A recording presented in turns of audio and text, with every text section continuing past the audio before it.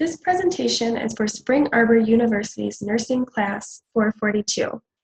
Today we will be discussing COPD, or chronic obstructive pulmonary disease. I will go over the pathophysiology, prevalence, demographics, signs and symptoms, interventions, patient education, and cultural considerations. COPD is a progressive disease made up of two chronic conditions, chronic bronchitis and emphysema. The Mayo Clinic defines chronic bronchitis as a productive cough that lasts at least 3 months, with reoccurring bouts occurring for at least 2 consecutive years. Emphysema is a lung condition that causes shortness of breath due to damage of the inner walls of the air sacs that have weakened and ruptured. This leads to a reduction in the surface area of the lungs and reduces the amount of oxygen that reaches your bloodstream. Over time, COPD causes the bronchioles to lose their shape and elasticity. The walls of the bronchioles become thick and inflamed and may become clogged with mucus. The walls of the alveoli are destroyed, causing larger alveoli. These changes lead to poor gas exchange in the lungs, which reduces the amount of oxygen in your blood. The mucus that collects in the bronchioles make it difficult to breathe. Here's 2 pictures, one of normal lungs and one with lungs of COPD.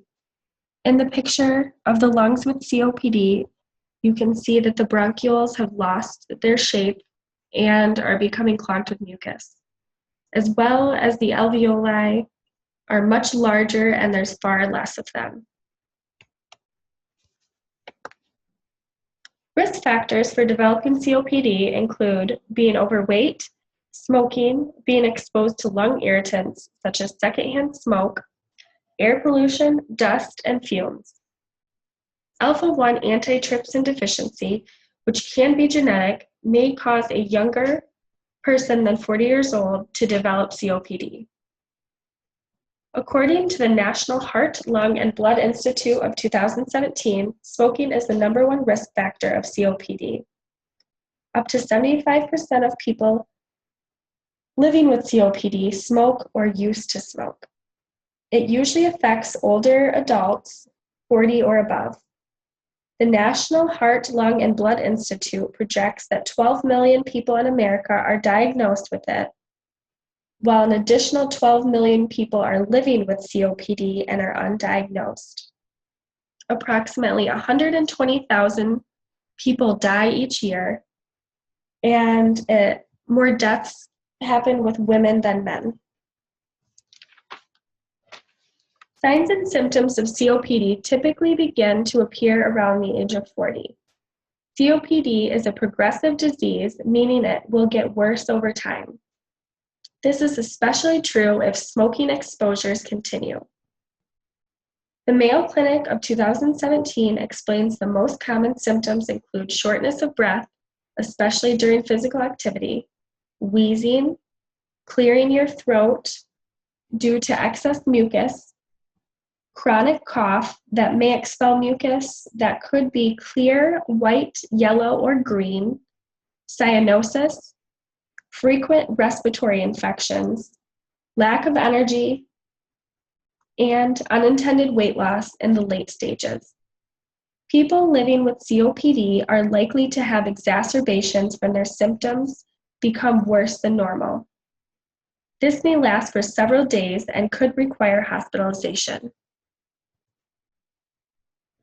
The diagnosis of COPD is tricky because no 2 cases are the same. Doctors complete an assessment and will review your signs and symptoms. They will take a close look into your smoking history and exposure to other lung irritants. Testing may be ordered to help confirm a diagnosis. Tests that are commonly ordered for COPD include a pulmonary function test, chest X-ray, CT scan, and arterial blood gases. Other laboratory tests might be ordered to help rule out other health conditions.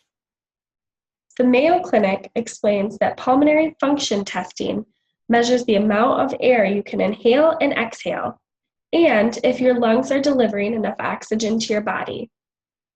Spirometry is the most common pulmonary function test. Spirometry is used to track the progression and if treatment is working. Chest X-ray and CT scans are used to look for emphysema and to help rule out other lung conditions. Arterial blood gases look at your lungs' ability to bring in oxygen and remove the CO2. The most important intervention for COPD is to remove the lung irritant from your life, most commonly smoking. If you are still smoking, quit now.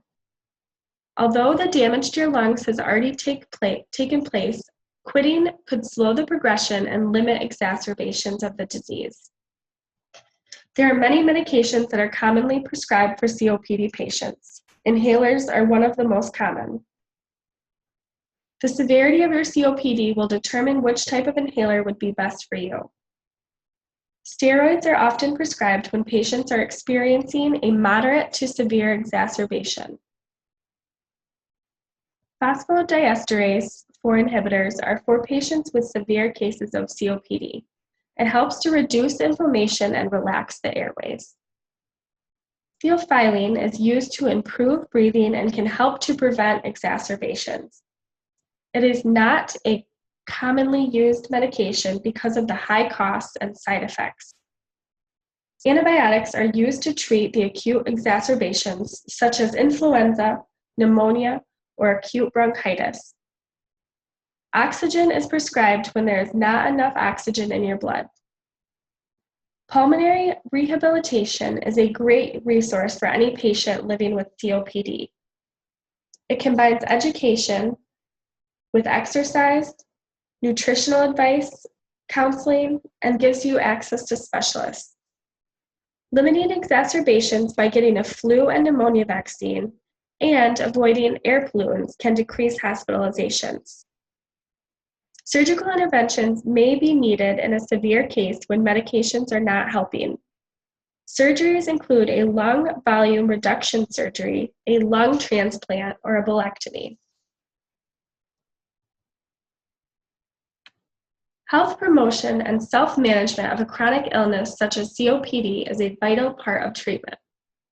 Clark and Praska define health promotion as a process of enabling people to increase control over their health.